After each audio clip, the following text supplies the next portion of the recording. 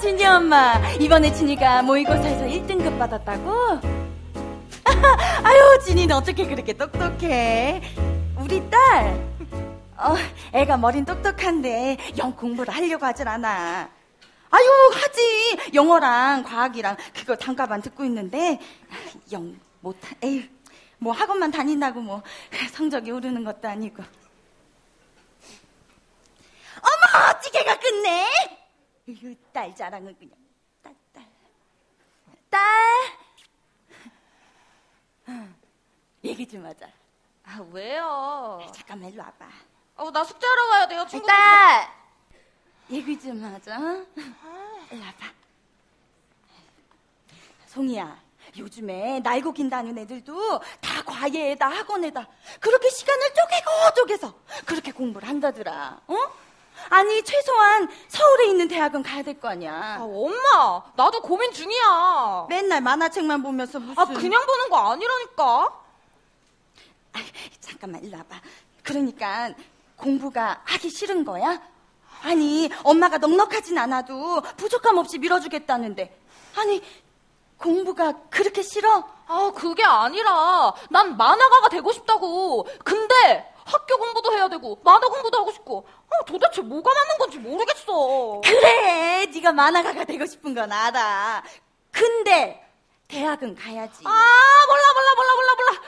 어느 과를 가야 될지도 모르겠고, 또 가서 어떻게 해야 되는지도 모르겠고, 도대체 내 꿈을 위해서 어떤 공부를 해야 되는지 도저히 모르겠어. 송이야, 아빠 왔다. 아이고, 아유, 당신 왔어요? 여보. 아빠 안녕. 송이 안녕. 왜? 무슨 일 있어? 아유, 송이가 이제 고3인데 공부를 너무 안 해서 그 얘기하고 있었어요. 그래? 송이야, 너 혹시 오늘도 학원 빼먹었니? 아니. 근데 네 엄마가 왜 저래? 아유, 그게 아니라. 아빠! 진이가... 난 만화가가 되고 싶은데 꼭 대학에 가야 되는 건지 모르겠어. 내 친구들 중엔 학과 공부 말고도 자기가 하고 싶은 공부하는 애들도 많아. 근데 난 도대체 뭐가 먼저인지, 뭘 어떻게 해야 되는지 도저히 모르겠어. 대학이냐 꿈이냐 이것이 문제로다. 아유, 일단 대학을 먼저 가야지. 엄마가 그렇게 말했잖아. 그래, 엄마 말이 맞아요. 일단 대학을 가서 고민해도 늦지 않아. 그러니까 난 내가 하고 싶은 거 하면서 내가 가고 싶은 과에 가겠다고. 내가 하고 싶은 건 만화가가 되는 거야. 그러니까 나한테 필요한 공부를 하고 싶다니까. 아니, 그러면 대학은 어떻게 갈 건데? 성적이 좋아야 대학을 가지. 대학을 가서 대학을 그다음에 공부를 한 다음에 그래야 네가 원하는 만화도 이렇게 그릴 수가 있는 거고 그런 거예요. 그래, 그래요. 아빠 말씀 들어. 일단 성적부터 올리고 그 다음에 하면 늦는다니까요. 안 늦어, 송이야. 네가 아직 어려서 잘 모르는데 안 늦어요. 대학을 가면은 지금보다 훨씬 더 많은 경험을 할 수가 있고, 그러다 보면 만화가가 돼야겠다는 생각이 바뀔 수도 있어요. 안 그래요, 여보? 그럼요. 그럼. 경험이 중요하죠. 경험이 중요해. 답답해. 몰라. 송이야. 아휴, 나도 답답하다. 나도 답답해요. 뭐 좋은 방법이 없을까? 송이야, 일로 와봐. 진영아. 아이고.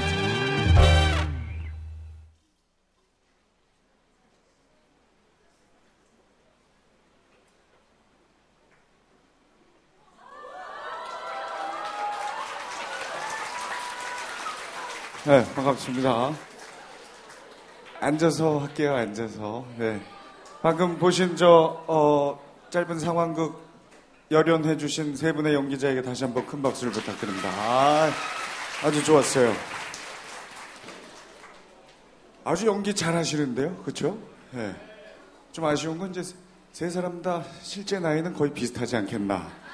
심지어 저 아빠는 딸보다 더 어려 보이기도 하고. 대한민국 평범한 가정에서 흔히 일어날 수 있는 일을 짧은 상황극으로 저희가 꾸며봤습니다. 아마 공감하시는 분들 많이 계셨으리라고 믿어요. 참 어디를 가야 할지, 내가 하고 싶은 일은 이것인데 어느 대학을 가는 게 맞고 대학은 꼭 가야 되는지 참 많은 학생들이 고민을 하고 있습니다. 고민은 많지만 확실한 답이 없죠. 그래서 오늘 이 시간 조금이라도 그 해답에 좀 가까이 가기 위해서 귀중한 시간을 마련했습니다. 정식으로 인사를 드립니다. 반드시 통하는 교육 현장 이야기 찾아가는 필통톡의 서경석입니다. 반갑습니다.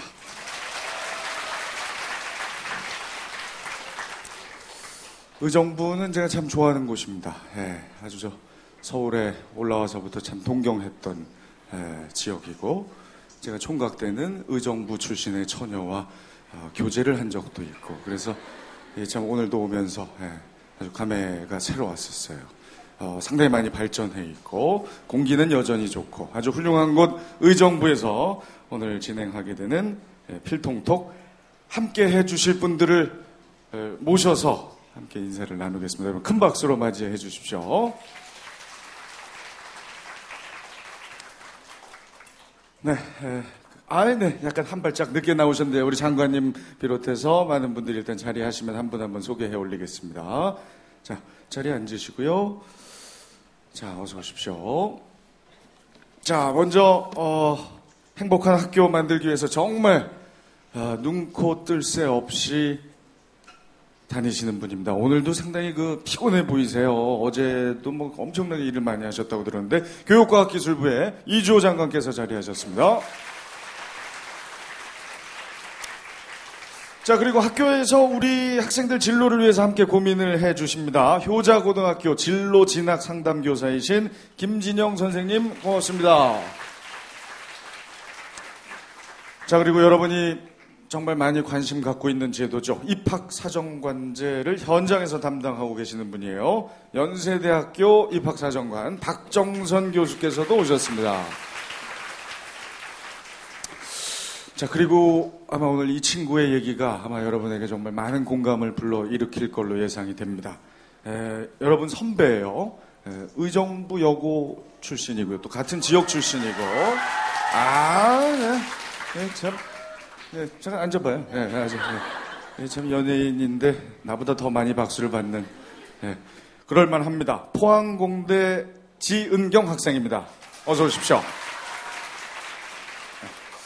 자, 한 분 한 분 이제 그 전문 분야가 있으니까 그 주제에 맞게 이제 좀 얘기를 좀 나눠보겠고요. 오늘 진행 상황 간단히 설명해드리면, 아까 안내하신 분이 하셨지만 간단하게 이렇게 네 분하고 함께 주제를 가지고 얘기를 나누고요. 그게 끝나면 EBS 최고의 선생님이신 최태성 선생님 모시고 여러분께 또 필요한 내용들 멘토 타임 갖도록 하겠습니다. 아주 짧게 끝나니까 지루하지 않을 걸로 예상이 됩니다. 자, 그럼 본격적인 이 주제 토론 여러분의 큰 박수로 한번 출발해 볼까 합니다. 시작하겠습니다. 자, 먼저 장관님이 요즘 뭐 빠르게 사회가 변화하고 있고 그거에 맞게 이제 교육제도도 좀 변화하고 있는데 어떻습니까? 교육의 역할 지금 많이 달라지고 있죠, 예전에 비해서. 네네. 지금 우리 교육 정책도 많이 바뀌고 있고요. 또 여러분들 관심 있으신 입시 제도라든지 또 학교 정책도 지금 많이 바뀌고 있습니다. 어떠세요? 교육 왜 중요하다고 생각을 하십니까? 최근에 뭐 책도 읽으시고 감명 받으셨다는 얘기 제가 들었는데.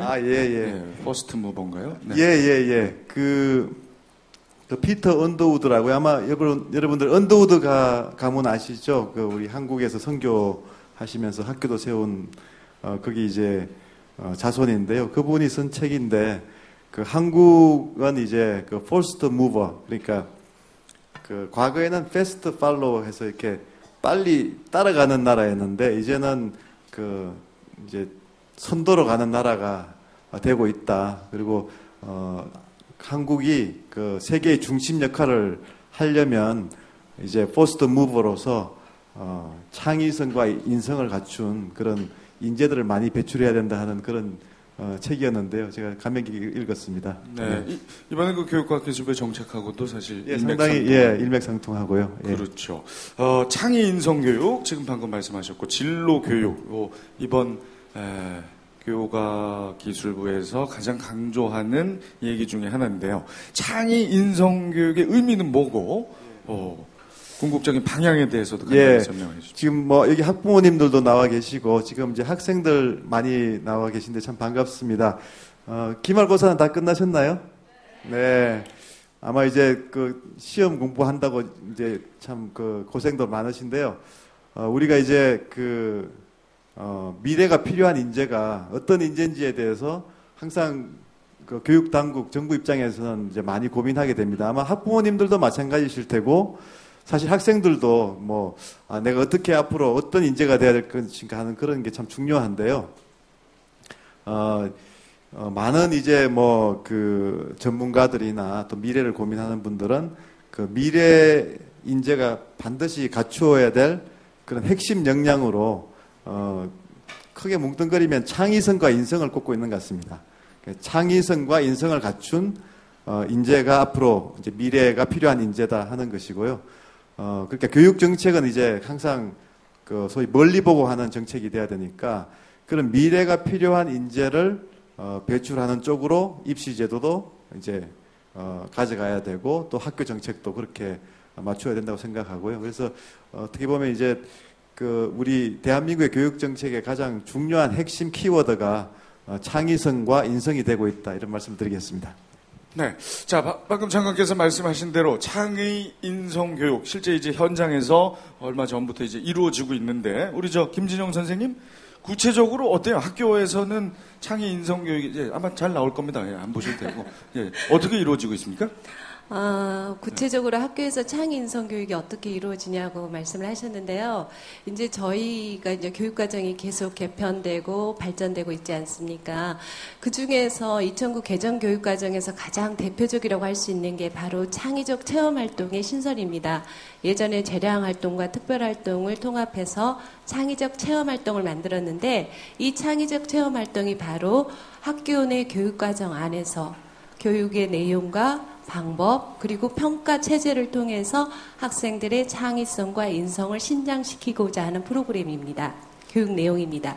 그 하위 영역을 살펴보면 첫 번째로 자율활동, 두 번째로 봉사활동, 세 번째로 동아리 활동, 그리고 진로활동, 이렇게 4가지 하위 영역을 가지고 있는데, 이 4가지 하위 영역은 각각 따로 움직이는 게 아니라 실은 학생들의 가장 궁극적인 목표라고 할 수 있는, 창의적 체험 활동의 가장 궁극적인 목표라고 할 수 있는 진로 활동의 영역을 통해서 학생들의 진로 개발 능력을 신장시키기 위해서 이 4가지 영역들이 통합 연계 운영하고 있는 방식으로 많은 학교들에서 운영을 하고 있습니다.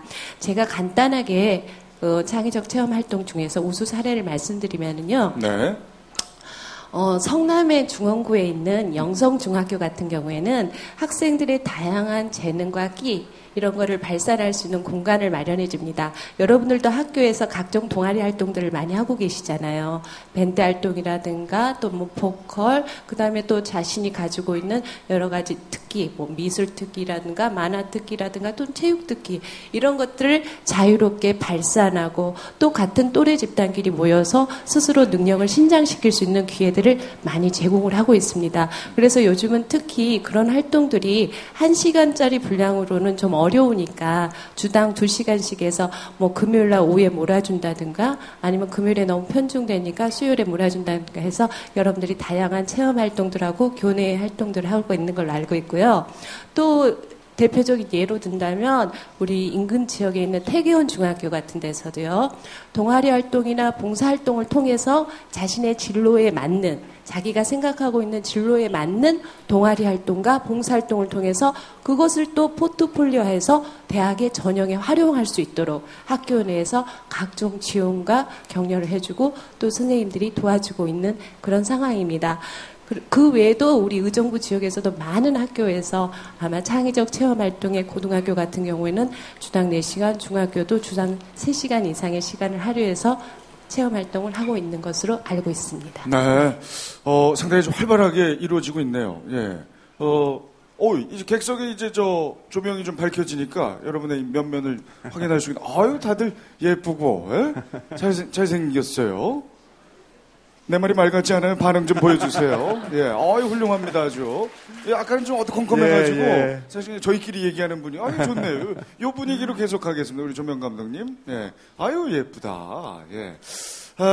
자, 아주, 다양한 사례들을 설명해 주셨는데, 이제 이 친구들이 이제 조금 있으면 방학입니다. 네. 방학 때 공부도 하고 또 여행도 가고 친구들하고 놀고 다 하겠지만 네네. 그 중에 혹시 창의력 체험 활동할 수 있는 그런 정보 좀 하나 주실까요? 네. 요즘은 정보 형수 시대라고도 하는데요. 정말 많은 그 프로그램들이 있습니다. 그중 가장 이제 대표적이고 체계화된 프로그램을 먼저 말씀을 드린다면 토요 만화 애니메이션 디자인 아카데미라는 게 있습니다.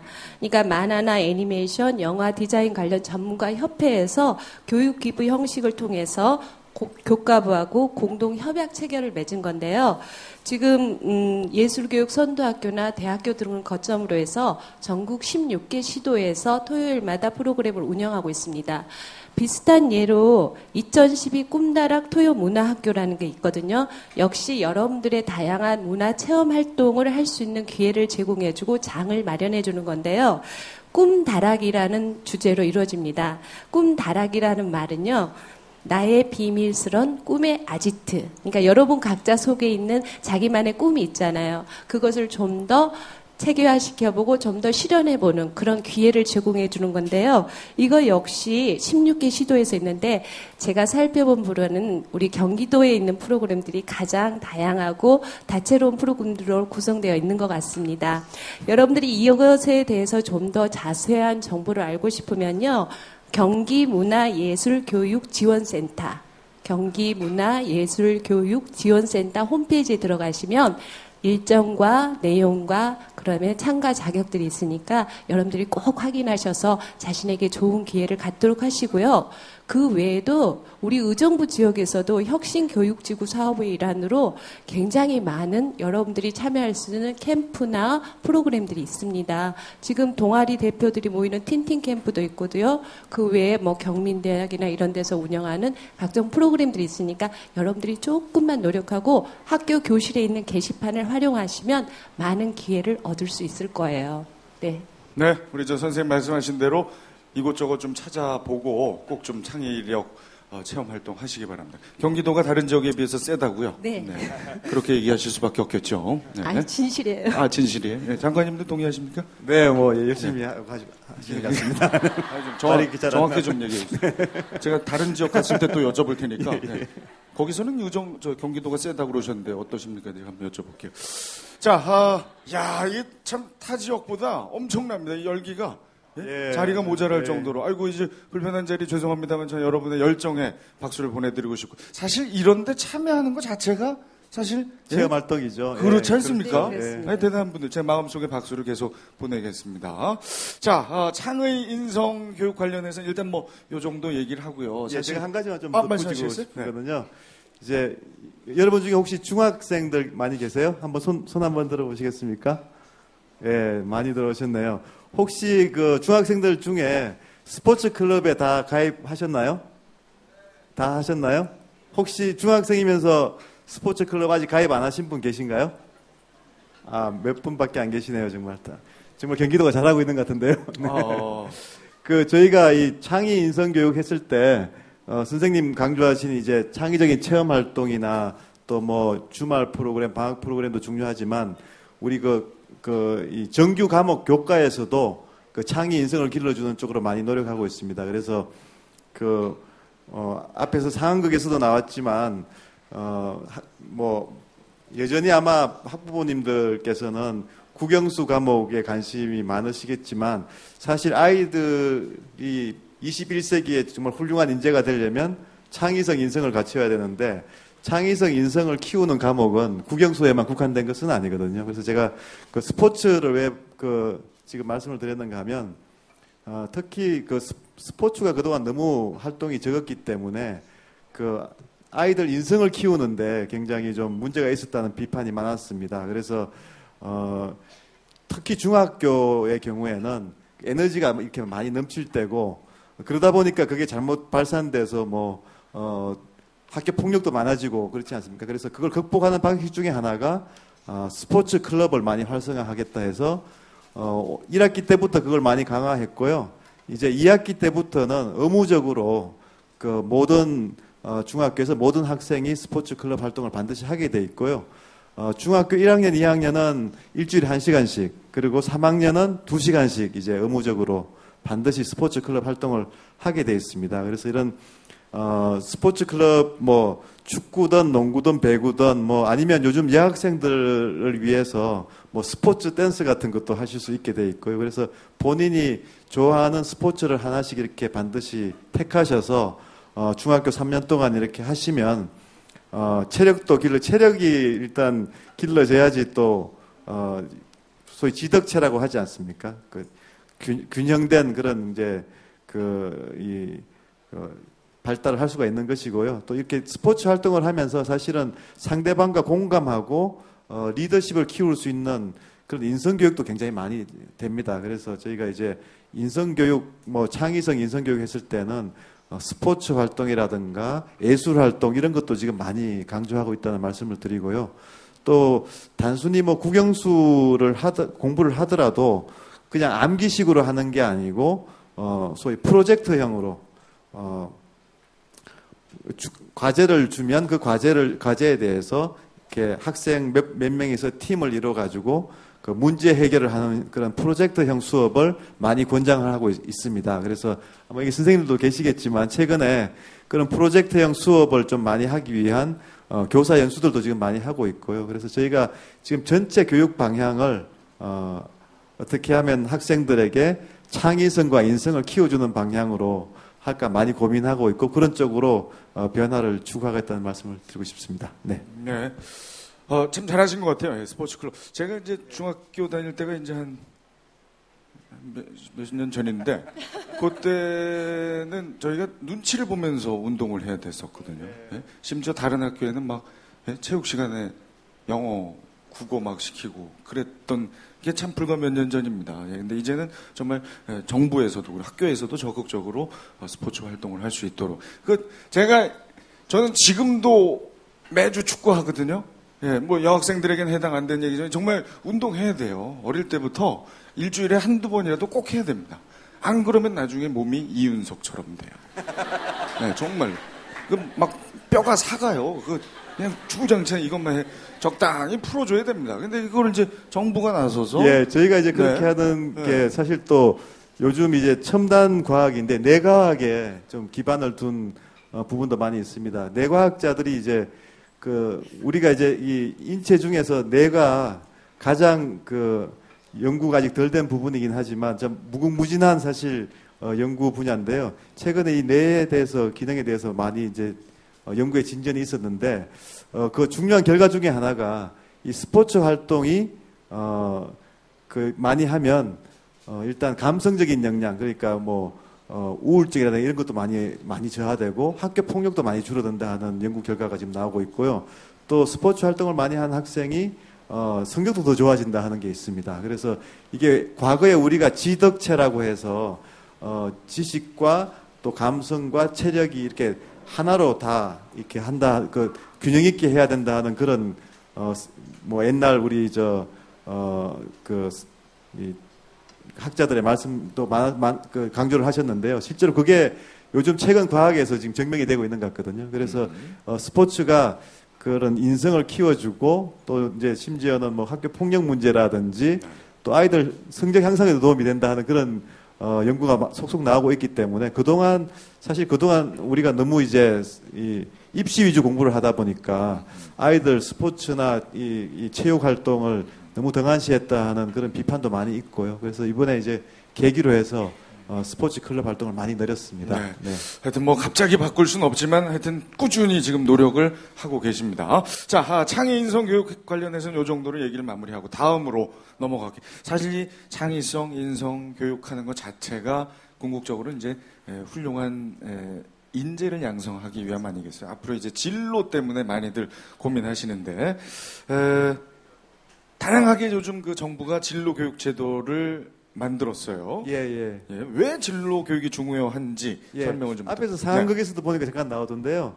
그러니까 과거에는 우리가 무조건 대학은 다 진학해서 정말 자기 진로는 일단 대학 가놓고 보자는 그런 쪽 아니었습니까? 그러다 보니까 대학에 진학하는 율이 한 4, 5년 전에는 83%까지 올라갔었습니다. 그런데 그게 이제 국가적으로 보면 뭐 독일 같이 잘 사는 나라도 독일이 대학 진학률이 몇 %인지 아세요 혹시? 38% 정도밖에 안 되거든요. 그러니까 무조건 다 대학을 가던 것이 선진국도 그렇게 하지 않는데 우리나라가 좀 이렇게 너무 대학에 무조건 다 가야 된다 하는 그런 게 좀 어떻게 보면 좀 많이 왜곡된 그런 부분이 있었습니다. 그래서 이제 우리가 소위 진학 지도는 있지만 진로 지도는 없다는 말 있지 않습니까? 그래서 학교에서도 대학을 어떻게 어느 대학을 갈지 지도는 해도 어떤 진로를 택할지에 대해서는 거의 이제 지도를 못했었거든요. 그래서 그런데 그게 아니고 이제 정말 미래가 필요한 인재들은 사실 자기가 하는 일에 대해서 일찍부터 관심을 가지고 그걸 재능을 잠재력을 키워 나가야 되는 거 아니겠습니까? 창의성도 키워 나가야 되는 거 아니겠습니까? 그래서 이제 그런 측면에서 보면 여러분 잘 아시는 뭐 스티브 잡스라든가 이런 분들 전기를 읽어보면 어릴 때부터 자기가 하고 싶은 일들을 찾아서 많이 했거든요. 그런데 우리나라에서는 뭐를 하고 싶고 어떤 재능이 있고 이런 걸 전혀 개의치 않고 그냥 똑같은 국영수 과목을 그냥 입시 과목을 계속 공부를 시키니까요. 그것이 전혀 바람직하지 않다. 많이 좀 바뀌어야 된다 하는 그런 차원이고요. 그래서 자기가 정말 원하는 것을 열심히 공부하도록 하려면 일단 진로부터 알아야 되는 거 아니겠습니까? 자기가 어떤 진로를 택할지. 그래서 그런 진로에 대한 지도, 교육이 이번에 최근에 많이 강화를 했습니다. 저희가. 이 참 비교를 하다 보니까 이제 제 학창 시절 얘기를 안 할 수가 없는데 저희 때만 해도 저희 진로 교육은 그거였어요. 자, 이성적이면 무슨 대학 무슨 과 이게 진로 교육. 그건 이제 진로 교육이 아니잖아요, 사실. 진학 지도죠. 진학 지도고. 근데 요즘은 이제 현장에서 진로 교육이 서서히 이루어지고 있다는 말씀. 예, 그리고 특히 이제 한 가지 또 더 말씀드리고 싶은 것은 최근에 이제 굉장히 바람직한 현상인데 고졸 시대라는 얘기 들어보셨죠? 네. 그래서 오늘도 저희가 그 회의를 부처 회의를 하고 왔는데요. 과거처럼 이제 대학을 가서 무조건 가는 그런 게 아니고 특성화고나 마이스터고를 가서 고등학교를 졸업하고 얼마든지 좋은 직장에 취업할 수 있다는 것이거든요.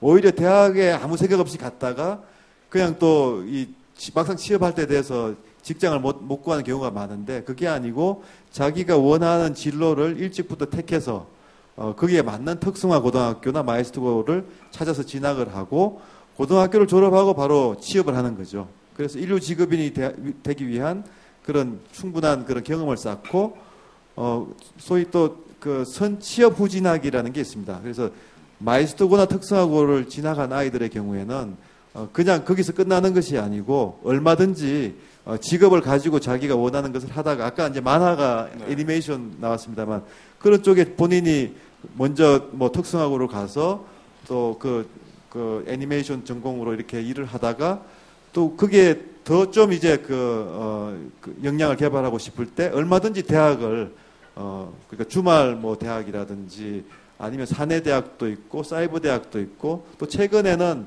주요 또 수도권 명문 대학들도 재직다 특별 전형이라고 해서 그런 이제 고등학교를 졸업하고 취업해서 한 몇 년 있다가 가는 분들을 위한 그런 또 대학 과정도 많이 생기고 있습니다. 그래서 이제 그런 다양한 경로가 있기 때문에 무조건 대학부터 가서 그때 고민하자 그러면 아까 상황극에서도 나왔지만 그때는 이미 좀 많은 경우에 늦은 경우가 많거든요. 그래서 중학교 때부터 내가 진로를 고민해서 내가 특성화고 마이스터고도 한번 도전해보자 이렇게 얼마든지 할 수 있는 거거든요.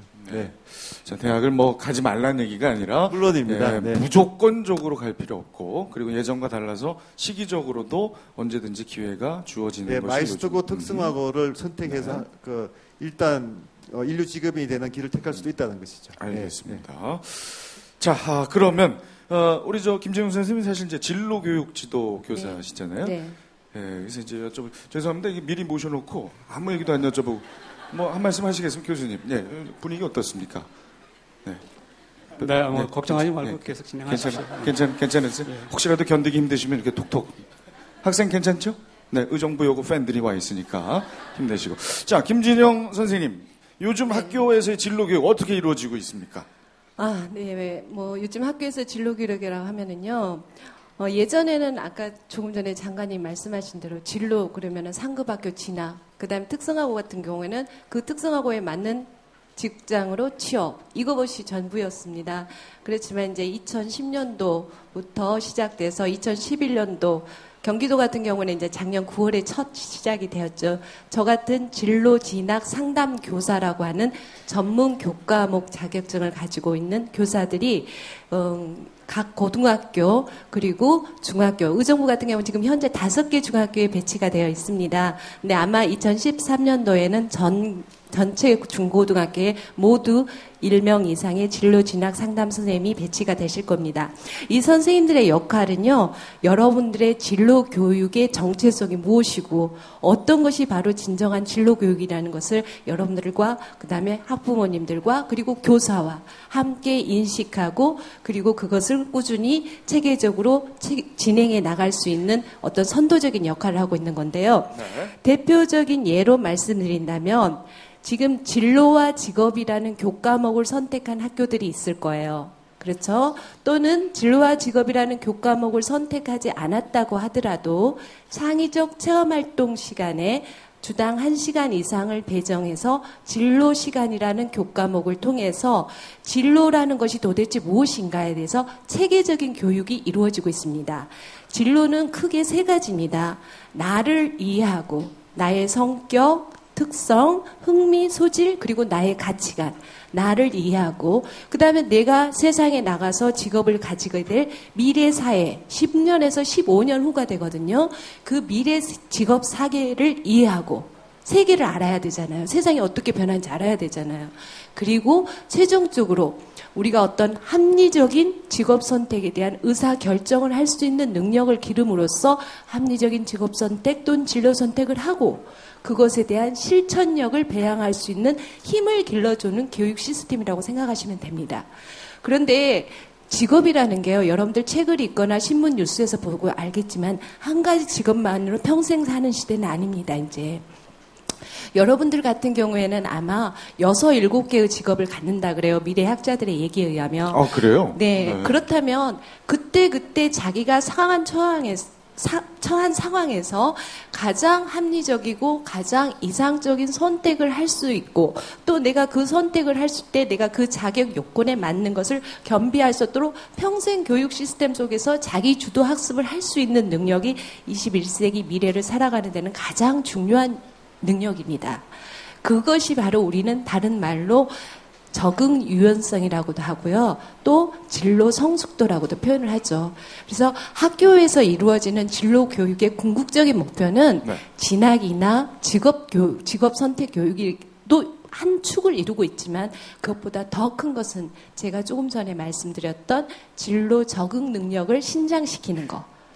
여러분들의 핵심 역량을 키워주는 거. 그게 바로 진로교육이고 그 진로교육은 진로진학 상담교사 한 사람의 몫이 아니에요. 실은. 진로진학 상담교사가 선도적인 역할을 할 뿐이고 학교 내 모든 교직원과 그리고 학교 밖 가정에서의 학부모님들과 그리고 바로 여러분 삶의 주체인 여러분 자신이 함께 이루어가는 교육이라고 볼 수 있습니다. 네. 자, 이제 사회자님이 말씀하신 것에 대한 구체적인 예를 말씀드릴게요.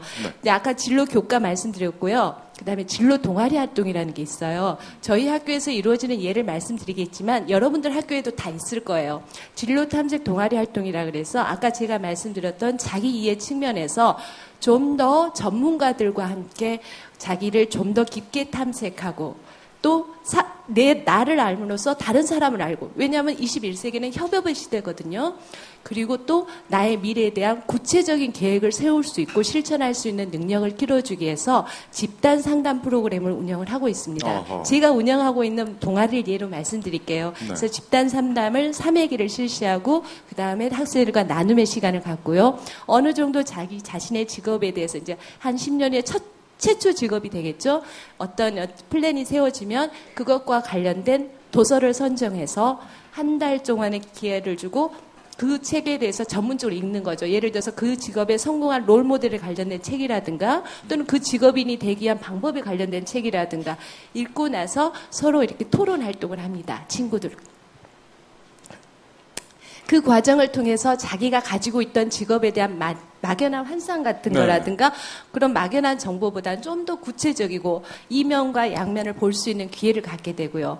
한 발 더 나아가서 가능하면 그 직업에 종사하고 있는 직업인 인터뷰와 또는 현장 체험 활동을 할 계획입니다. 이런 일련의 활동들을 통해서 학년 말에 저희들이 한 활동을 이제 저희들이 한 모든 활동집으로 해서 뭐 발간을 하고요. 그 다음에 이제 진로 소식지 같은 것도 발간할 계획으로 운영을 하고 있는데 아마 여러분들 중에도 그런 활동들을 하는 친구들이 많을 거라고 생각하고요. 가능하면 이런 활동들을 할 수 있는 기회를 잡아서 한번 네. 해보는 것도 참 좋다고 생각을 하고요. 예. 또 하나는 학교 내에서 이루어지는 이런 시스템 말고 또 이 지역 단체 여러 유관 기관들이 많아요. 도서관이라든가 뭐 청소년 센터라든가 굉장히 많거든요. 이런 기관들과 연계한 교육 기부 프로그램들이 많이 있어요. 이런 프로그램들에 직접 참여해서 자기가 병원에서 한번 가서 거기에서 어떤 직종의 사람들이 모여서 일을 하는지. 우린 병원 가면 의사, 간호사만 알잖아요. 근데 실제로 병원에서는 의사, 간호사만 있는 게 아니거든요. 그런 어떤 체험을 해보는 게 진로 교육의 가장 좋은 방법이라고 볼 수 있습니다. 아, 그러네요. 예. 선생님, 저 물 좀 한 컵 드세요. 아이고, 너무 오래 지금 얘기, 아주 정말 준비 많이 하셔서 하나라도 여러분께 더 알려드리려고. 그러니까 참, 저희 때는요, 뭐 무슨 대학 간 선배가 와서 그 대학 가려고 이렇게 했습니다. 뭐 이런 거 얘기하는 게 다였어요. 그때 만약에 조금 더 선배 중에 뭐 아나운서가 된 사람이 와서 아나운서가 되려면 이런 거를 어릴 때 했으면 어떻게 했느냐, 내지는 뭐 사업가가 된 사장님이 오셔서 경영에 관심 있는 사람들 지금부터 뭐 이런 거 좀 한번 해봐라, 이런 게 사실 이루어져야 되는데 맨날 그냥 어디 가려면 뭐 해야 되고, 그죠? 예, 아주 심심하셨나봐요. 예, 반응을 보여주셨습니다. 참, 그게 이제 서서히 변화하고 있다. 그게 바로 진로 교육이다. 자, 그럼 이 자리에 지금 사실 부모님들도, 적지 않게 자리를 하셨습니다. 이 참, 어른들도 사실은 그렇잖아요? 자기 진로 잘 모르거든요. 지금 본인이 하고 있는 일이 맞는지도 모르는데 사실 아이들에게 이렇게 설명하기 쉽지 않습니다. 어른들이 이 자녀들에게 진로를 코치하기 위해서 뭐, 참고할 수 있는 프로그램이 있습니까? 네. 제일 먼저 소개해드리고 싶은 게 아마 여러분들도 가정통신문 형식으로 또는 학교 내 홈페이지에서 확인을 하셨을 거예요. 올해부터 시작된 건데요. 교육과학기술부에서 드림레터를 매주 발행을 합니다. 그래서 1학기 분량 17회분이 발행이 돼서 1학기는 마감이 되었고요. 2학기가 되면 다시 시작할 텐데 이 드림레터라는 건 뭐냐면요. 진로에 관련된 각종 정보를 편지 형식으로 여러분들에게 알려드리는 거예요. 그 안에는 어떤 이색 직업, 신생 직업, 그 다음에 대학의 학과 소개 또는 대학 전형 소개, 그 다음에 직업 심리 검사나 직업에 대한 안내, 이런 다양한 소식들이 있고요. 그 초안을 이렇게 공문 형식으로 학교에 이렇게 내려주면은 학교에서 저 같은 이제 진로진학 상담 선생님들이 그 초안을 바탕으로 해서 우리 학교 현실에 맞는 내용을 재구성해서 편집해서 매주 1회씩 발행을 하고 있습니다.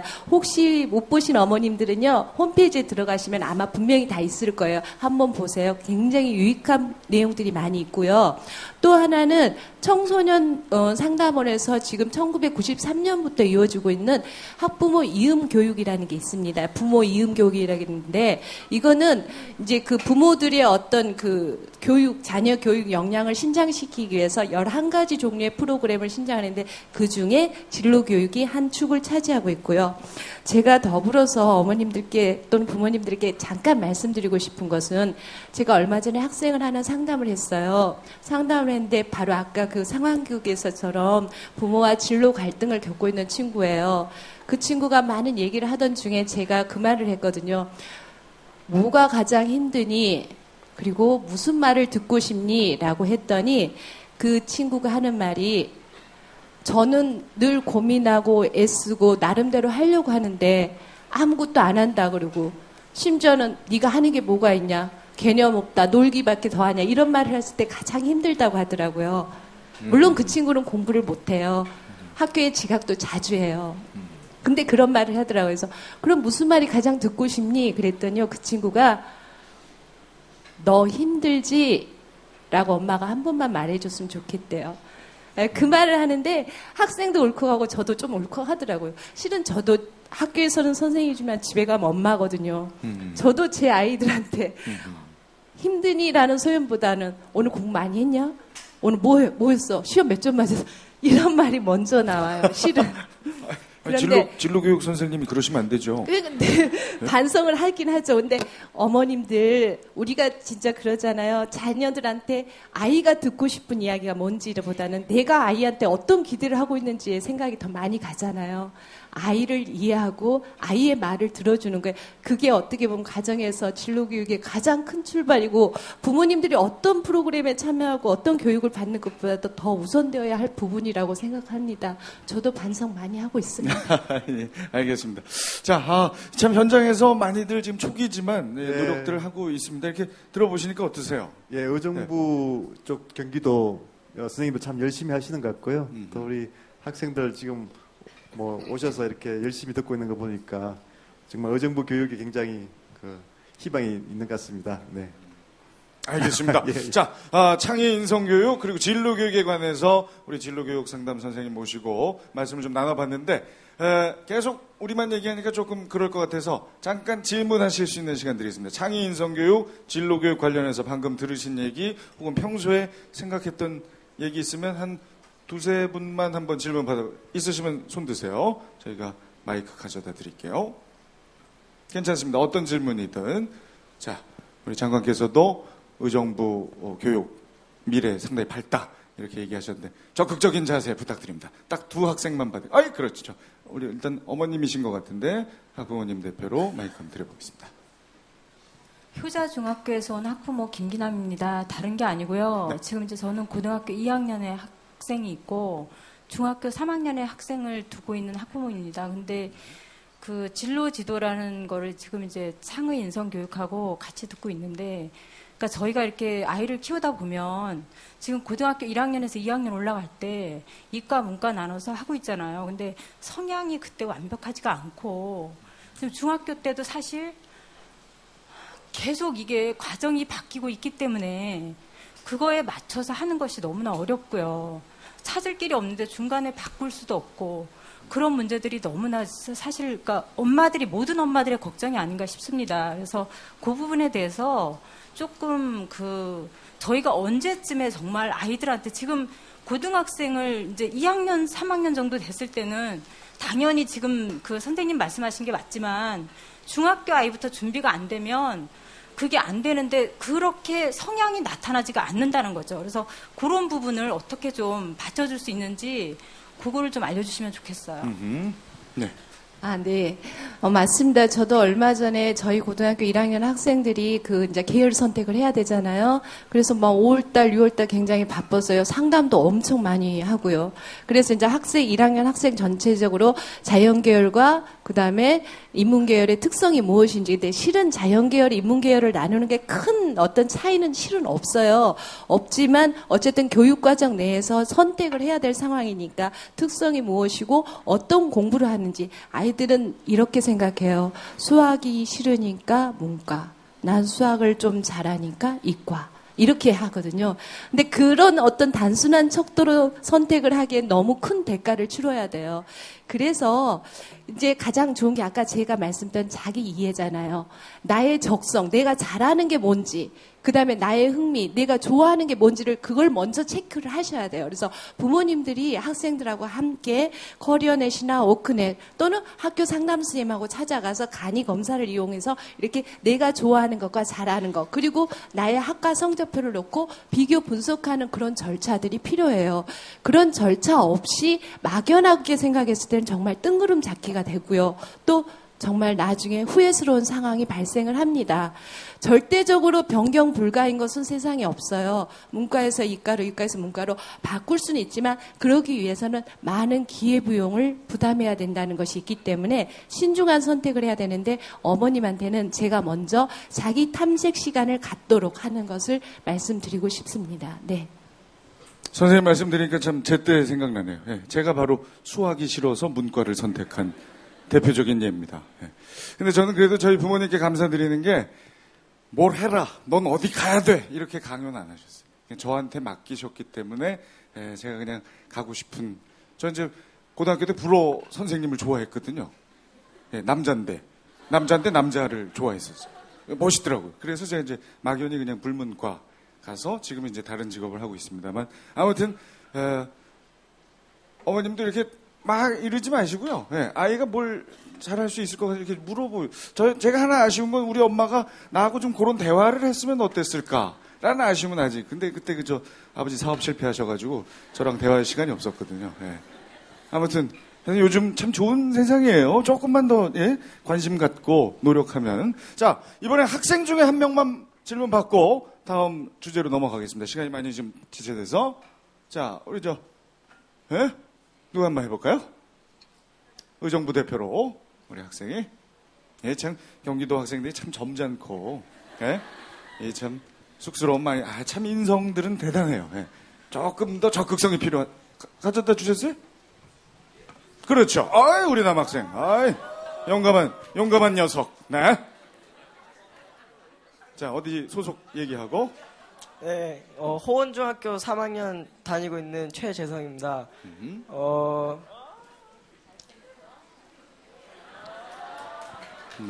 네. 아주 특이한 친구예요. 인사를 하고 나서 예의를 갖춥니다. 앉아서 얘기하고 일어나서 예의 갖추고. 특이한 방식 좋아요. 주위에서 자꾸 자기 주도적 학습 그러는데 자기 주도적 학습을 어떻게 해야 할지도 모르겠고 또 어떤 방향으로 해야 할지도 모르겠는데 그걸 좀 가르쳐 주셨으면 좋겠습니다. 네. 그 자기 주도 학습이 이제 다음 주제 아니에요? 예, 그러네요. 그러니까. 너 지금까지 못 듣고 있었니?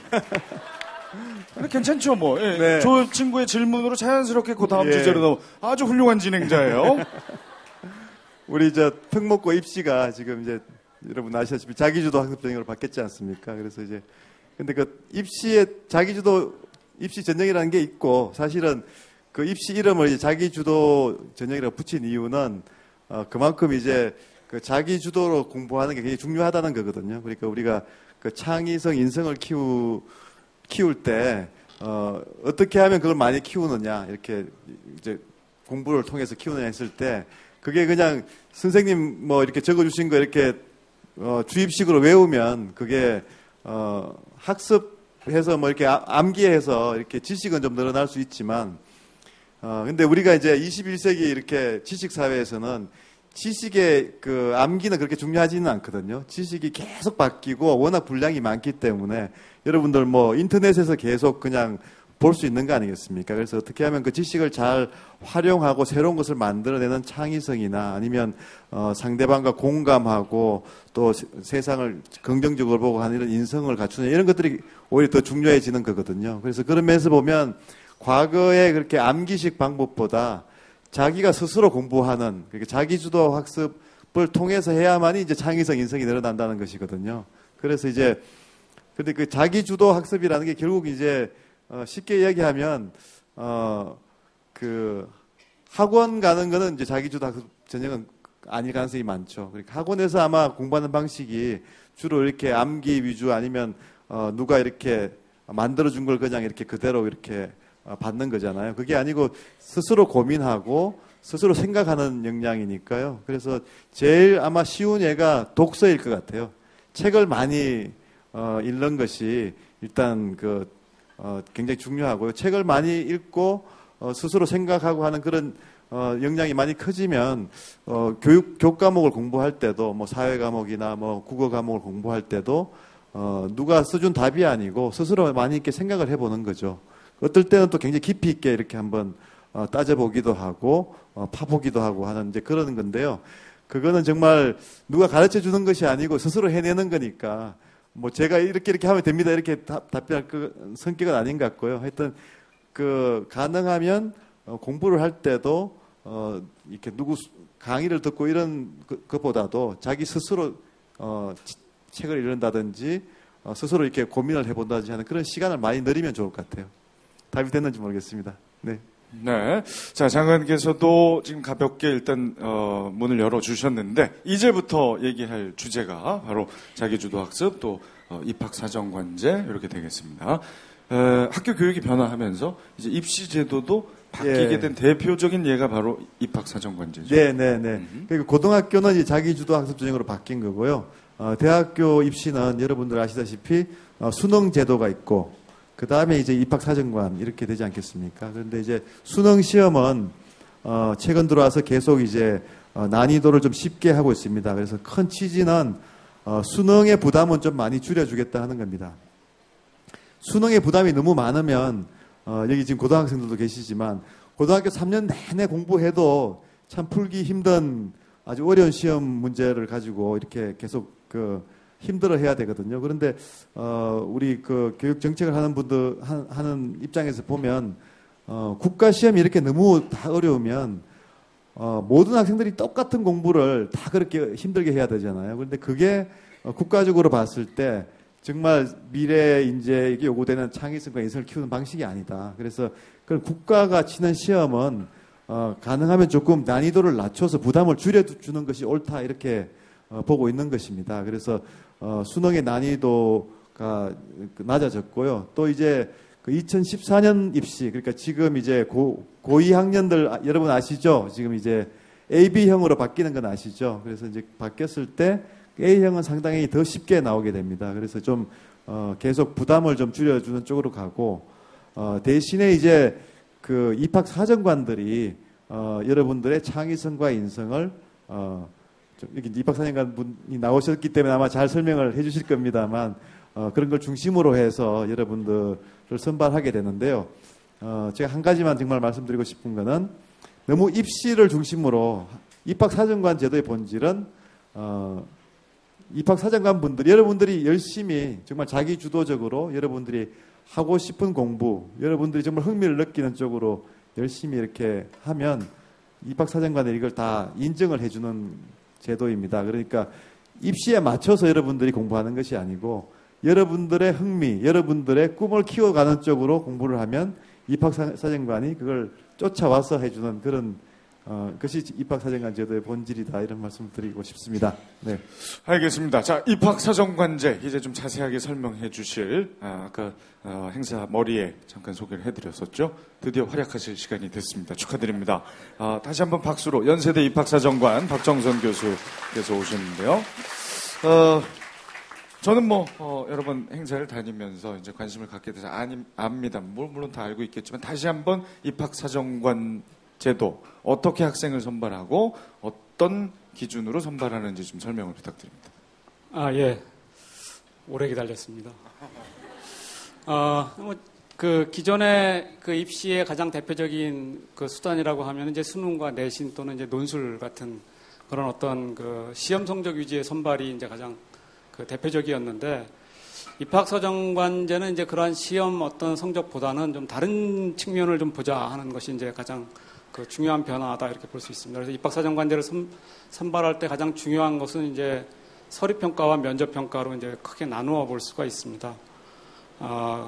결국 서류평가와 면접평가는 지금까지 우리나라에서 이렇게 잘 시도되지 않았던 그런 평가 방식인데 그러다 보니까 이제 도입 초기에 가장 문제가 됐던 게 평가의 공정성이나 신뢰성 이러한 부분에 대한 논란들이 상당히 많이 있었습니다. 그래서 입학사정관제 선발하는 방식을 놓고 보면 이제 이러한 부분을 어떻게 정교화할 것인가 하는 부분을 이제 굉장히 중요하게 생각을 합니다. 저는 이제 차트가 또 있습니다. 잠깐 좀 보여드리도록 하죠. 이게 이제 입학사정관제를 선발하는 절차를 이제 간단하게 요약을 해놓은 건데 보시는 바처럼 이제 큰 축은 서류평가와 이제 면접평가로 나누어질 수 있는데요. 기본적으로 평가의 어떤 공정성이나 신뢰성 이러한 측면에서 기본적으로 지키는 원칙은 다수다단계 평가라는 원칙을 지킵니다. 무슨 얘기냐 하면 서류평가나 면접평가를 할 때 기본적으로 어떤 한 사람이 평가를 함으로써 그 사람의 어떤 영향력이 커지는 것을 방지하기 위해서 여러 명이 평가를 합니다. 그래서 이제 적어도 2명에서 5명 정도까지의 평가원들이 평가를 하고 그리고 이제 1단계 평가에서 만약에 평가원들 간에 어떤 견해 차이가 심하게 나타나는 경우가 있거든요. 어떤 이제 평가자는 같은 학생을 뭐 굉장히 우수하다고 봤는데 뭐 다른 평가자는 이건 뭐 별로다 이렇게 평가하는 경우가 있습니다. 이것도 굉장히 큰 그 문제를 발생시킬 수 있어서 그러한 경우에는 재평가라고 해서 평가에 참여하지 않은 제3의 평가자가 와서 평가를 하는, 그래서 굉장히 그 여러 절차를 거쳐서 한 사람을 선발하기 위해서 노력을 하고 있습니다. 또 이제 그 면접 평가 같은 경우에도 뭐 적어도 2, 3 이상, 많은 경우 5, 뭐 토론을 하는 경우에는 그 이상의 어떤 그 평가자들이 그 평가에 그 참여를 해서 가능한 한 그 개인의 어떤 주관적인 평가를 하기는 하지만 어떤 그 특정인에 의해서 그 어떤 평가 결과가 결정되는 그러한 것은 막기 위해서 상당히 많은 장치를 두고 있습니다. 잘 보이실런지 모르겠지만 이제 그러한 절차 이외에 모든 평가가 끝나게 되면은 입학사정관들이 모여서 사정관 위원회를 한다든지 또 그 상위 기구에 또 이제 새로운 어떤 그 위원회가 조직이 돼서 그 위원회에서 최종적으로 평가 결과를 다시 한번 논의하고 최종적인 평가 합격자를 결정하는 이제 그러한 절차를 통해서 공정성과 객관성을 확보하려고 노력을 하고 있습니다. 선발하는 측면에서 놓고 보면은 입학사정관제가 이제 그 많은 대학에서 하는 이야기 중에 하나가 대학의 설립 이념이라든지 또는 어떤 모집 단위의 특성, 전형의 특성에 맞는 인재를 선발한다라는 말을 합니다. 그렇기 때문에 어떤 선발 기준을 딱 꼬집어서 이렇게 얘기하기는 그렇게 쉽지는 않습니다. 그러니까 굉장히 다양한 방법이 있고 그 다양한 방법에 따른 어떤 그 학교 나름대로의 어떤 그 객관적인 그런 지표들을 다 갖고 있는 게 이제 통상적인 방법인데 한 가지 지키는 원칙이 있습니다. 그 지키는 원칙은 뭐냐 하면 입학사정관제가 기본적으로 도입되게 된 배경을 놓고 보면 이제 여기 장관님도 이제 계속 말씀을 하시지만 우리나라 교육이 너무 그 진학 위주에 그래서 이제 점수 경쟁을 하는 측면에 너무 집중이 됐던 그러한 것을 한번 바꿔보자 하는 면이 강하게 있습니다. 그래서 소위 말하는 공교육 정상화하는 것이 굉장히 큰 그 축이기 때문에 입학사정관제를 실시하는 거의 그 모든 대학들이 약속을 한 사항 하나는 뭐냐 하면 모든 평가를 할 때 기본적으로 학교 생활에 중점을 두자. 이거 굉장히 중요한 부분입니다. 그러니까 학교 생활을 얼마나 열심히 하고 학교에서 했던 그런 활동들이 무엇인지 학교에서 어떤 평가를 받고 있는지 이런 것들을 굉장히 중요시 여깁니다. 소위 이제 그 많은 학생들이 이제 그 집착하는 것 중에 하나가 그 학교 다니면서 이제 영어 성적은 뭐 IBT는 뭐 또 탭스는 얼마까지 받아야 되는지 또는 뭐 올림피아드는 나가야 되는지 아니면은 봉사를 하도 해외 봉사를 하는 게 뭐 좋은지 뭐 이런 것들에 대해서 그 의문을 갖고 있는데 입학사정관제는 기본적으로 그러한 것들은 이제 반영하지 않는 그런 것이 이제 기본 그 원칙으로 갖고 있습니다. 근데 이제 이 과정에서 이제 의문이 드는 게 뭐냐 하면은 이제 성적에 관련된 부분입니다. 그러면 성적은 어떻게 반영을 할 것인가? 실제로 입학사정관제를 이제 운영하고 있는 그 사람의 입장에서 보면 학생이 정말로 행복한 것은 어느 대학에 들어가는 게 아니라 그 대학에서 성공적으로 마칠 수 있느냐 하는 것이 굉장히 중요합니다. 그런 관점에서 대학은 학생의 어떤 졸업을 판단할 때 그 기본적으로 학력을 굉장히 그러니까 학점을 이수했느냐가 굉장히 중요합니다. 근데 그런 측면에서 학력이 최소 요건으로 필요하기는 하지만 기본적으로 이전의 선발 방식과의 차이는 그러한 학력 성적만 갖고의 학생들을 재단하지 않는다는 겁니다. 그러니까 큰 틀에서 우리 대학에 와서 공부할 준비가 되어 있느냐 하는 것을 따진다는 측면에서는 여전히 그 학력도 상당히 중요한 그 요소들입니다. 구체적으로 평가 요소들을 좀 한 가지 저는 이렇게 오늘 들고 온 게 많습니다.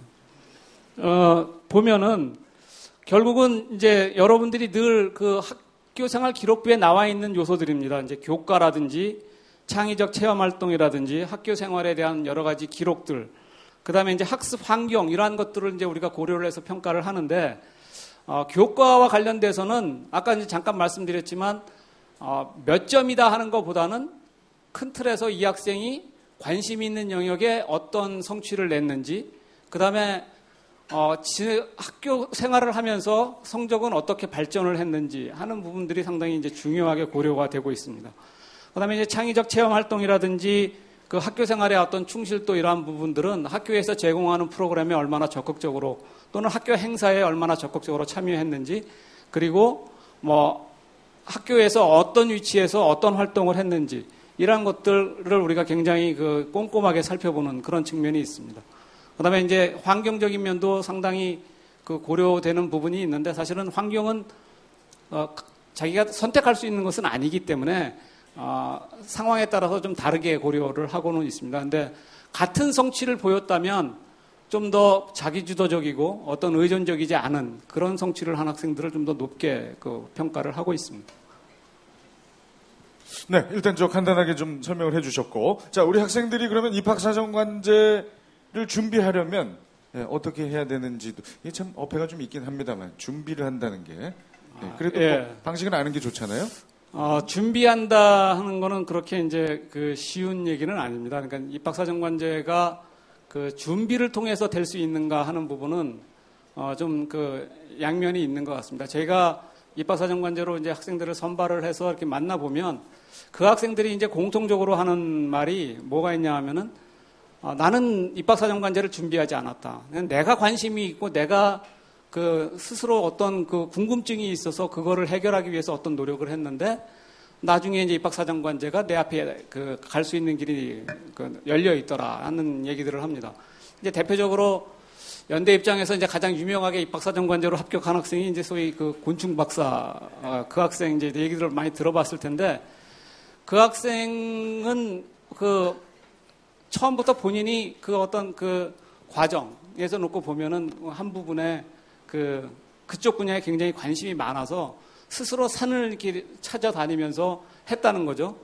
근데 이제 그렇게 3년을 지나고 보니까는 연대에서 이런 걸로 뽑아준다더라 해가지고 이제 왔다는 거죠. 이제 그런 측면에서 이제 그 상당히 그 준비했다기보다는 본인의 꿈에 어떤 다가간 그런 부분들이 있습니다.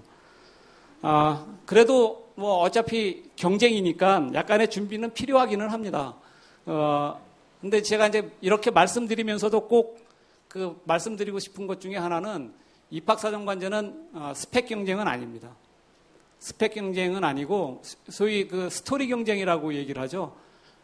과정에 대한 것을 훨씬 더 중시 여기기 때문에 여러 가지 이러한 그 부분들이 있는데 중요한 것은 그런 겁니다. 자기의 관심, 그 다음에 그 관심에 따르는 어떤 열정, 그리고 그것을 꼭 이루어내겠다 하는 어떤 도전의식, 이런 것들을 갖고 꾸준히 자기가 관심 있는 분야에 참여를 하고 어떤 스스로의 어떤 경력을 개발하는 것, 이게 가장 중요한 그 부분이고 그렇게 노력을 하게 되면 나중에 여러분들이 대학을 갈 때 그 대학에 어떤 대학에서 어떤 식으로 선발하는지에 대한 약간의 지식, 전형에 대해서 약간은 좀 알아야 그것을 정복을 할 수가 있습니다. 그러니까 그러한 부분들이 나중에 좀 이렇게 복합적으로 작용을 하면 입학사정관제로 가는데 그렇게 크게 어려움은 없지 않을까 그렇게 생각을 합니다.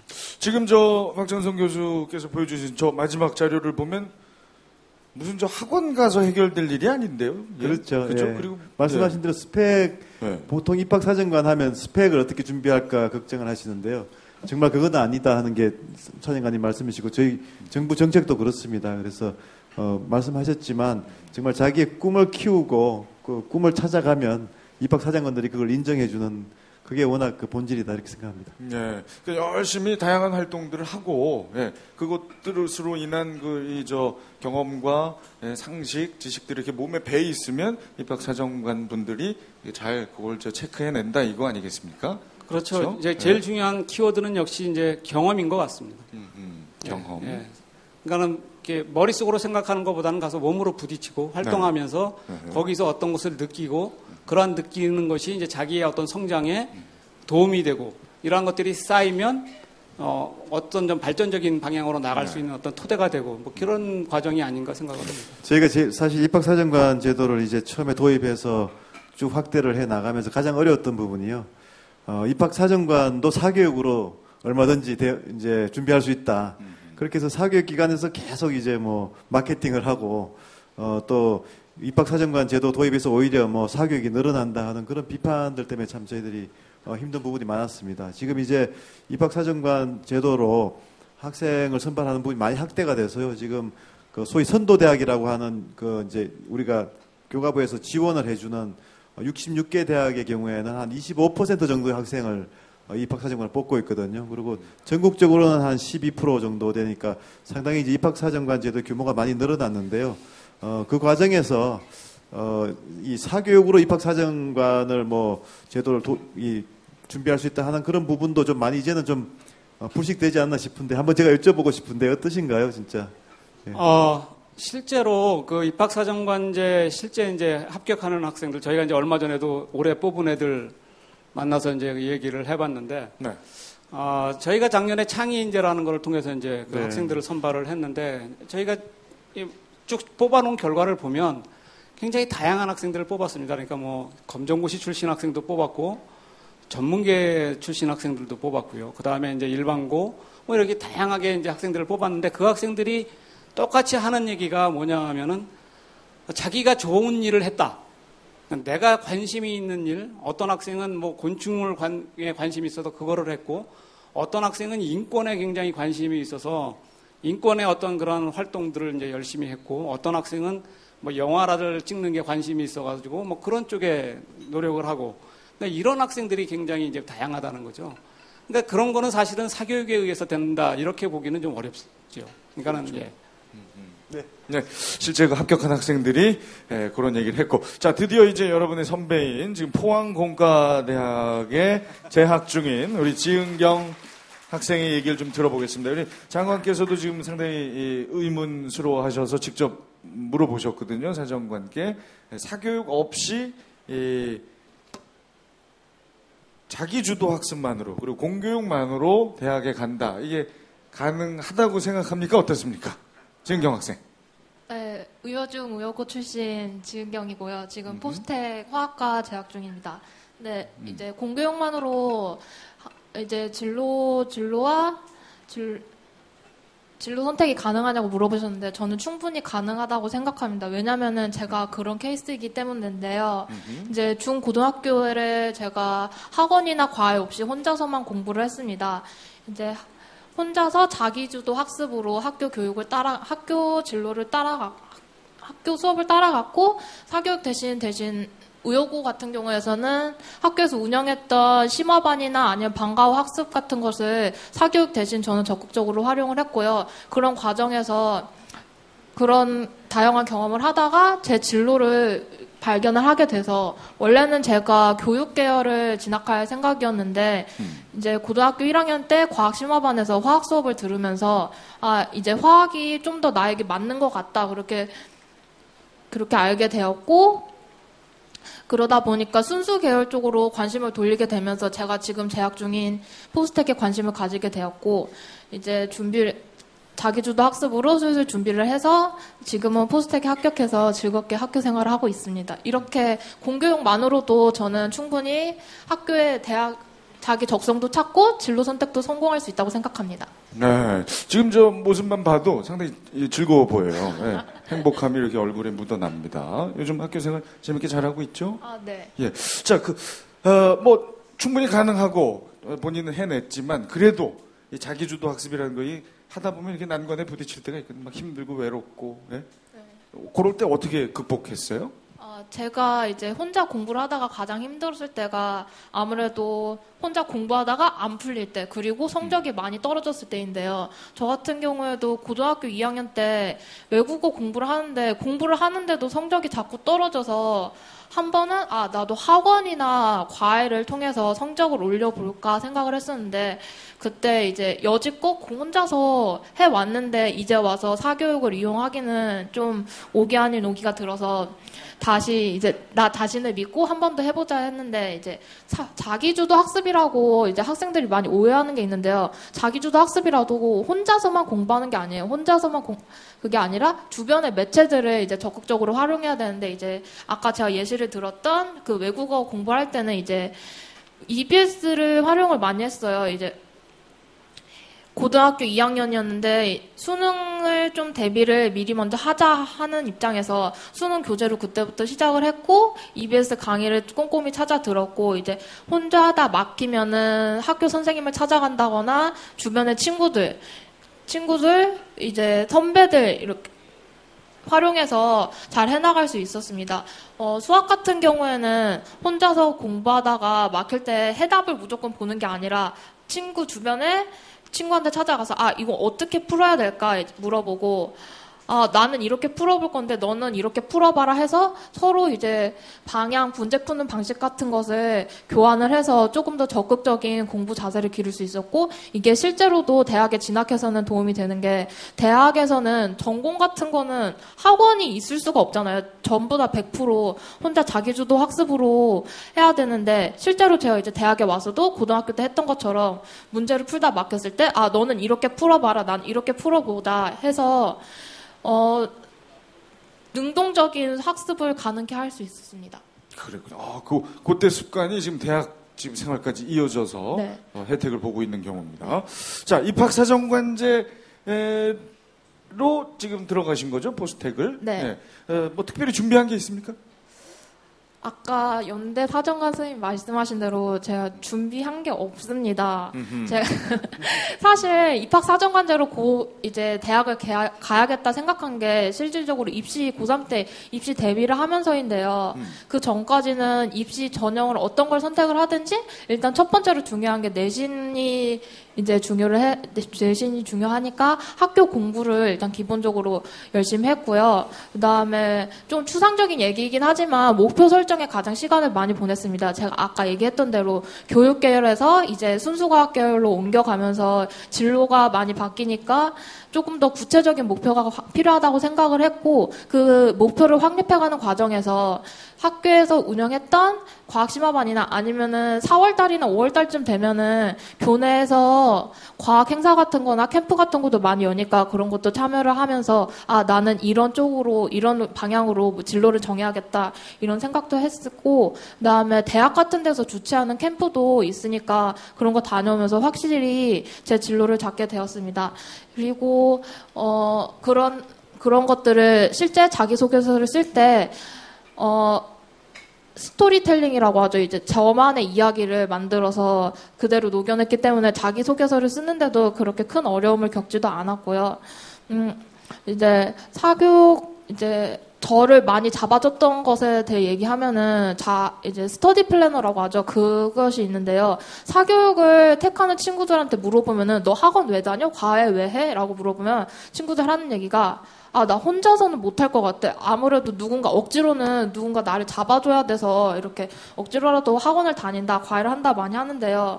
저는 이제 그런 것이 아니라 이제 공부 계획을 짤 때 모의고사나 내신 같은 것을 대비를 해서 짜고 학교를 등교하자마자 먼저 스터디 플래너를 써요. 내가 오늘은 이 공부하고 그 다음에 그것을 세워서 실천을 했으면은 옆에 동그라미, 세모, X 실천 정도에 따라서 그걸 체크를 하고 저는 공부 시간을 표시를 했어요. 수학 공부 이거는 몇 시간 공부했다, 몇 시간 했다 이런 식으로 해서 나중에 하루를 끝낼 때 총합을 내면은 이제 전날이나 그 전날과 비교를 해서 나 오늘은 이만큼 공부했구나, 오늘은 이만큼 공부했구나 하면서 이제 마지막에 오늘은 열심히 했다, 내일은 더 이런 공부 보완을 해야지 이런 식으로 해서 혼자서도 자기 자신을 잡아낼 수 있도록 이렇게 노력을 했습니다. 그래요. 예, 박수 한번 주세요. 지금 오늘 공교롭게도 양 끝에 자리하신 여성 두 분이 아주 엄청나게 속사포로 그냥 말씀을 한 번도 쉬질 않고. 개인적으로 궁금한 거 하나 여쭤볼게요. 대학 캠프 참여했다고 그랬잖아요. 네. 어디 대학 캠프? 저 지금 다니고 있는 포스텍 다녀왔습니다. 갈 때를 가서. 네. 그게 이제 입학사정관 입장에서도 자기 대학 캠프에 참여했다고 그러면 좀 그렇잖아요. 아니에요? 선생님.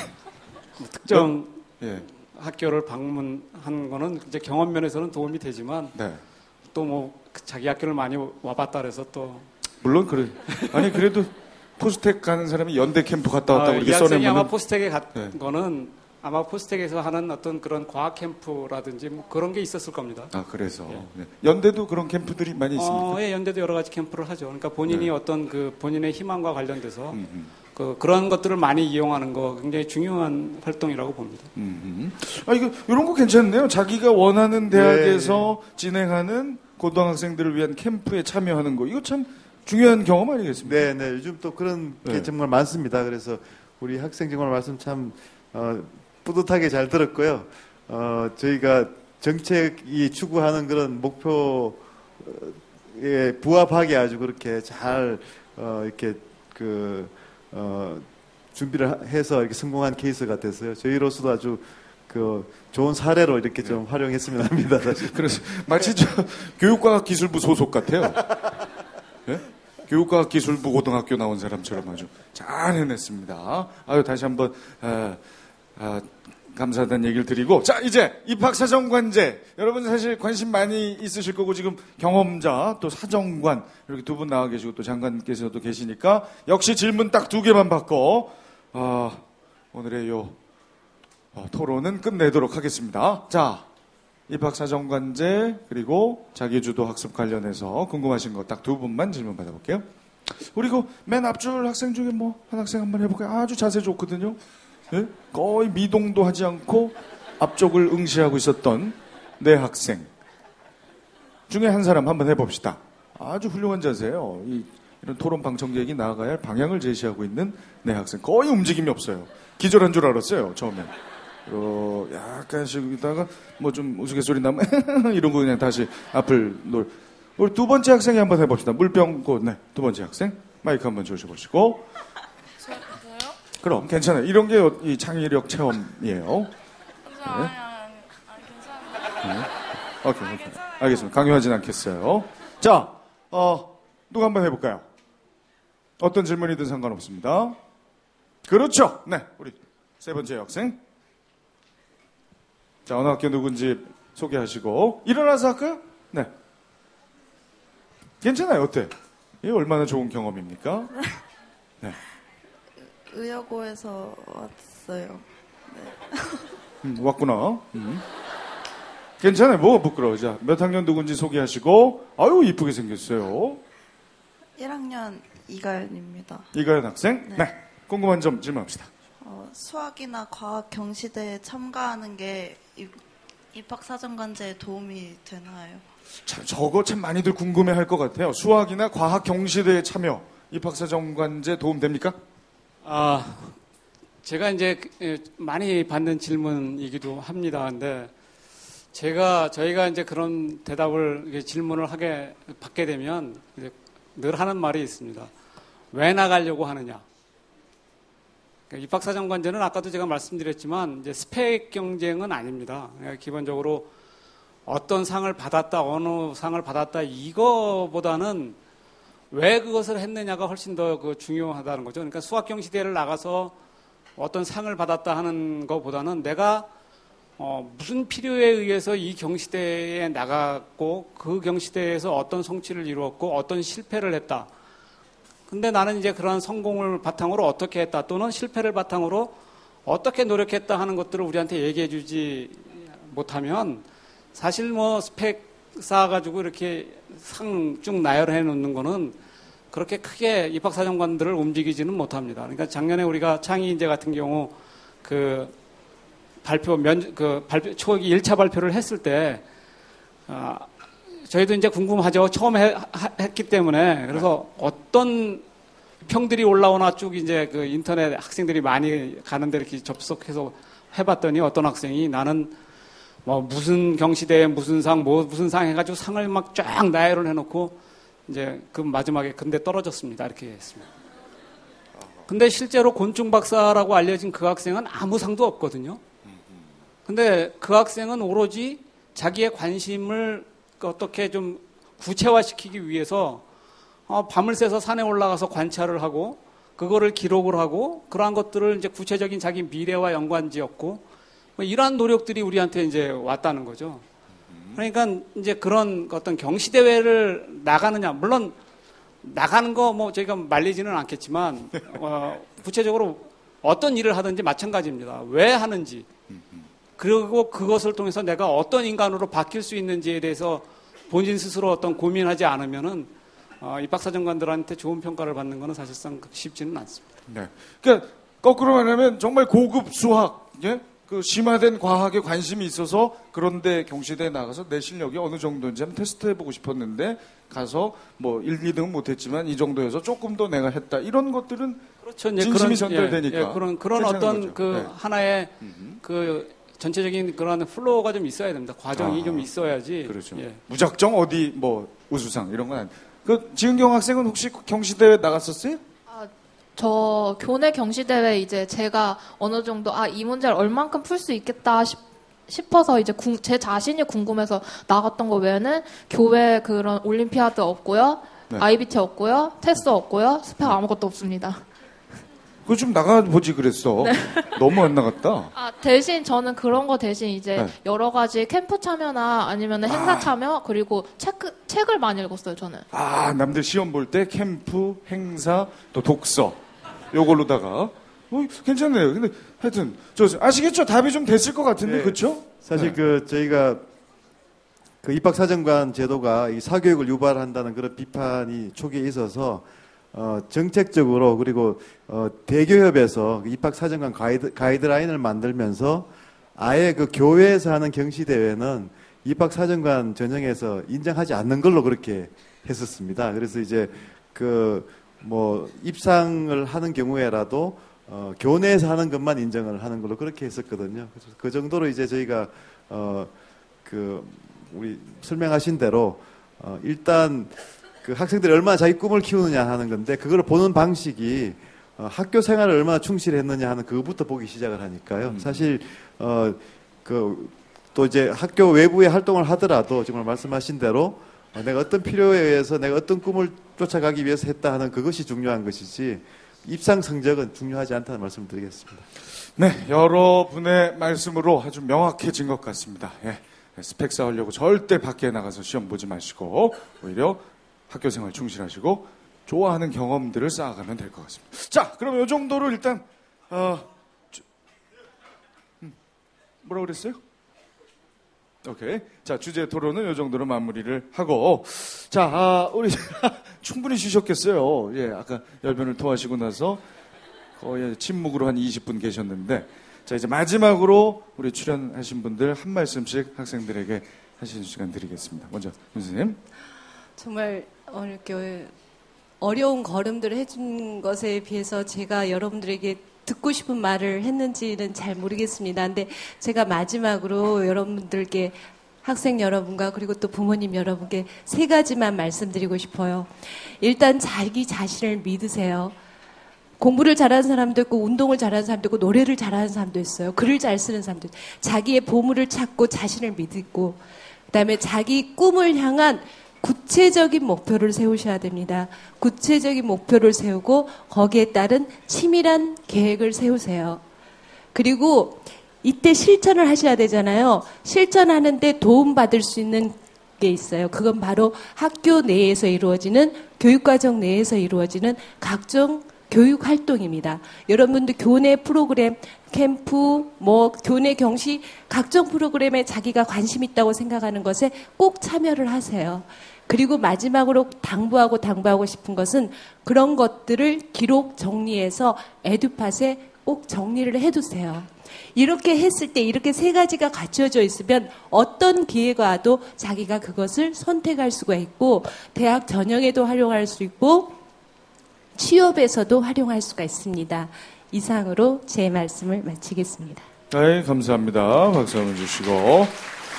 자, 우리 의정부 여고 선배로서 참여한 우리 지은경 학생도 마지막으로 후배들에게 한마디. 좀 얘기하는데 버벅대서 입이 덜 풀려서 그랬는데. 아니, 잘했어요. 네.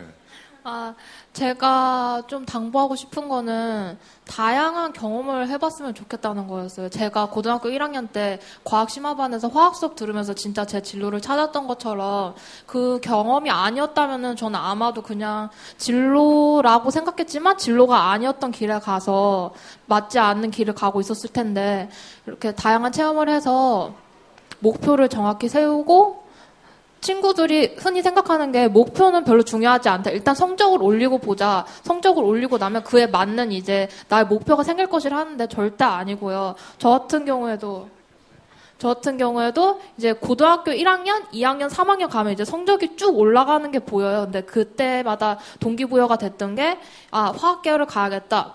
포스텍을 가야겠다. 그런 목표가 생겼기 때문에 가능했던 거거든요. 그렇기 때문에 여기 와 있는 친구들도 목표 같은 구체적인 목표나 진로 설정을 한 다음에 자신의 이제 할 바 공부 같은 것에 임해줬으면 좋을 것 같습니다. 네, 고맙습니다. 구체적인 목표를 세워라. 자, 그리고 연세대학교의 입학사정관이신 박정선 교수께서도 말씀 부탁드립니다. 네, 제가 사실은 이제 입학사정관으로 일하면서 여러 사람들을 입학사정관제로 합격한 학생들을 이제 많이 만나보는데, 옆에 있는 이 지은경 학생도 제가 만났던 그런 학생들이랑 그렇게 다르지 않은 것 같습니다. 제가 아까도 이제 그 중간에 얘기를 했지만, 입학사정관제 이제 준비를 어떻게 해야 되느냐 하는 이런 질문을 많이 하시는데, 사실 저는 이제 입학사정관제는 준비한다고 되는 것은 아니다 이렇게 말을 많이 하는 편입니다. 그래서 제가 여러분들한테 먼저 부탁드리고 싶은 것은 먼저 내가 어떤 사람인지를 한번 고민을 해봐야 됩니다. 그러니까 입학사정관제라고 하는 것은 아까도 말씀드렸지만 자연스럽게 성장한 학생들을 뽑는 것이지 억지로 만들어진 학생을 뽑는 그런 제도는 아니라는 거거든요. 근데 나는 기본적으로 아무 능동성이나 적극성이 없는데 억지로 여기에 끌려다닐 필요도 사실은 없다고 봅니다. 저희가 이제 학교에서 교수사정관 이렇게 교수 교육을 시켜보면 꼭 그런 질문을 하는 교수님이 계세요. 나는 학교 다니면서 다른 거는 거의 하지 못했고 그냥 할 줄 아는 거 그냥 공부만 있었는데 어떻게 되느냐. 그런 학생들한테까지도 우리가 입학사정관제를 준비하라 이렇게 얘기하고 싶지는 않습니다. 그러니까 스스로 내가 어떤 사람이고 나는 어떤 형의 인간인지 거기에 대한 자각에서부터 출발해야 되지 않는가 이렇게 봅니다. 그래서 내가 그런 나에 대한 탐구를 좀 한 다음에 그런 다음에 이제 내가 좀 나의 희망대로 나의 꿈대로 충분히 그런 환경이 마련돼 있고 옛날보다 그런 게 굉장히 다양한 통로로 이룰 수가 있습니다. 그래서 그러한 어떤 자신의 꿈을 향해서 스스로의 어떤 노력을 경주한다면 목표는 이룰 수 있지 않을까 이제 그렇게 생각을 합니다. 감사합니다. 좋은 말씀이셨어요. 자, 이제 장관님 좀 정리를 좀 해주십시오. 네. 우리 서경석 씨하고 저희가 지금 이제 필통톡을 지금 계속 하고 있는데요. 지금 이제 시즌 3의 첫 번째 지금 세션 아니겠습니까? 그래서 저희가 시즌 1은 이제 지방 대도시를 돌았고 시즌 2는 이제 서울 수도권 지역을 했었고요. 시즌 3는 이제 지역 중소도시를 이제 쭉 도는 건데 지금 첫 번째로 이제 의정부에서 하게 됐습니다. 그래서 오늘 시작이 굉장히 좋은 것 같습니다. 특히 오늘 토론해주신 우리 지연경 학생하고 또 우리 김진영 선생님 의정부의 교육이 정말 우리 교과부가 추구하는 교육 방향대로 아주 좋은 모범 사례를 보여주신 것 같아서 너무 감사드리고요. 저도 마지막으로 하나만 말씀드리고 싶은 거는 최근에 학교 폭력 문제로 저희가 이제 인성교육을 강화하는 쪽으로 교육 정책을 지금 많이 강조하고 있습니다. 그래서 사실 저희가 이제 여러분들을 만나서 이렇게 이제 정책을 지금 이제 계속 추진하고 있는데요. 특히 기업에서 이제 인재를 채용하는 분들을 만나서 이렇게 이야기를 들어보면 인재를 채용할 때 중요한 요소로 보는 것 중에 상대방을 배려하고 또 남과 공감하는 그런 역량들을 이미 굉장히 많이 보고 계시더라고요. 그래서 우리가 이제 여러분들 특히 고등학교나 중학교도 그렇겠지만 공부하는데 너무 바빠서 동료 학생들하고 이렇게 공감하고 이렇게 같이 어울리고 하는 이런 시간이 굉장히 적거든요. 그런데 앞으로 좀 그런 쪽으로 우리 교육 활동에 있어서 좀 많이 늘려야 되겠다는 생각이 들고요. 저희가 최근에 이제 입시 사정관 제도도 지금 계속 이제 발전을 하고 있는데 아마 우리 입학 사정관님도 아마 들으셨겠습니다만 저희가 최근에는 좀 인성 요소를 좀 많이 좀 이렇게 봐주십사 지금 부탁을 드리고 있습니다. 그러니까 저희가 이제 저희 캐치프레이즈는 인성이야말로 진정한 실력이다. 이렇게 지금 과거처럼 인성이라는 것이 무슨 뭐 도덕 뭐 이렇게 고리타분한 것이 아니고 정말 그 인재로서 이렇게 두각을 나타내려면 이제는 세상과 본인이 연결되어 있다 하는 너무 아이들이 지금 요즘 고립되어 가고 있기 때문에요. 이렇게 자기 주변의 사람들과 공감하고 또 세상을 이해하고 하는 그런 좀 인성을 갖추는 것이 굉장히 중요한 그 21세기 역량이다 이렇게 생각을 합니다. 그래서 이런 것들도 사실 과거에는 우리가 이제 입시 공부 때문에 많이 주목을 하지 못했는데요. 그런 부분도 앞으로 저희들이 좀 많이 강조를 하려고 합니다. 아무튼 뭐 오늘 이렇게 100분 동안 아주 좋은 그 시간이 된 것 같고요. 특히 우리 의정부에서 이렇게 좋은 출발하게 돼서 매우 기쁩니다. 감사합니다. 고맙습니다. 방금 말씀드린 대로 제가 이게 처음이 아니라 시즌 1, 2 그리고 3의 첫 번째 도시가 바로 이 의정부거든요. 저도 상당히 감동했습니다. 이 참 교육 정책, 진로, 이 사실 본인들의 얘기지만 지루할 수 있거든요. 그래서 중간중간 이 행사를 하다 보면 요쯤 되면은 한 10% 정도는 자리를 뜨거나 아니면 자세가 완전히 흐트러져 있거나 이게 대부분이었어요. 근데 의정부는 놀랍습니다. 제 눈으로 확인한 3명 빼놓고는 아무도 자리를 뜨지 않았고 앉아 계시는 분들도 대부분 다 아주 초롱초롱한 눈으로 끝까지 이 무대 쪽을 바라보고 있는 모습에 이분들이야말로 이미 다른 건 모르겠는데 인성만큼은 되셨다. 예? 사실 그렇지 않습니까? 피곤하면 이럴 수도 있고 바빠서 저기 하면 앞에 신경 안 쓰고 그냥 자기 볼일 보러 갈 수도 있음에도 불구하고 남을 배려하고 이렇게 행사에 함께하는 모습 정말 진행자로서 칭찬해드리고 싶고요. 자, 여기서 끝이 아닙니다. 제가 한 분을 소개해서 좀 간단히 설명을 드린 후에 잠깐 쉬셨다가 아마 이분과 하는 또 주옥 같은 시간이 준비될 겁니다. 여러분, EBS 최고의 실력파 선생님이십니다. 대광고 역사 교사이신 최태성 선생님을 박수로 맞이하겠습니다. 네. 네, 어서 가만히 있어봐요. 이게 어떻게 해야 되나? 자리가 없으신. 네, 뭐 저 다음에 또 하니까요. 저 소개시켜 주셨으니까. 네. 예. 정말 뭐 제가 듣기로 전국을 돌면서 강의를 하실 정도로 아주 바쁘시다고 들었습니다. 내일은 또 천안 가야 되고. 네. 아이고 세상에. 오늘 어떤 얘기를 잠시 후에 전해 주실 거예요? 네, 오늘은요. 여러분들한테 그 EBS 활용법 그리고 수능 노하우 공개하지 않은 수능 노하우를 제가 알려드리도록 하겠습니다. 네. EBS 수능 노하우. 네. 정말 아주 한 5분 정도 쉬었다가 우리 최태성 선생님과 그럼 시간 가지시고 자 우리 출연하신 분들 모두 일어서셔서 우리 의정부 분들께 인사드리고 마무리하겠습니다. 여러분 화이팅입니다. 감사합니다.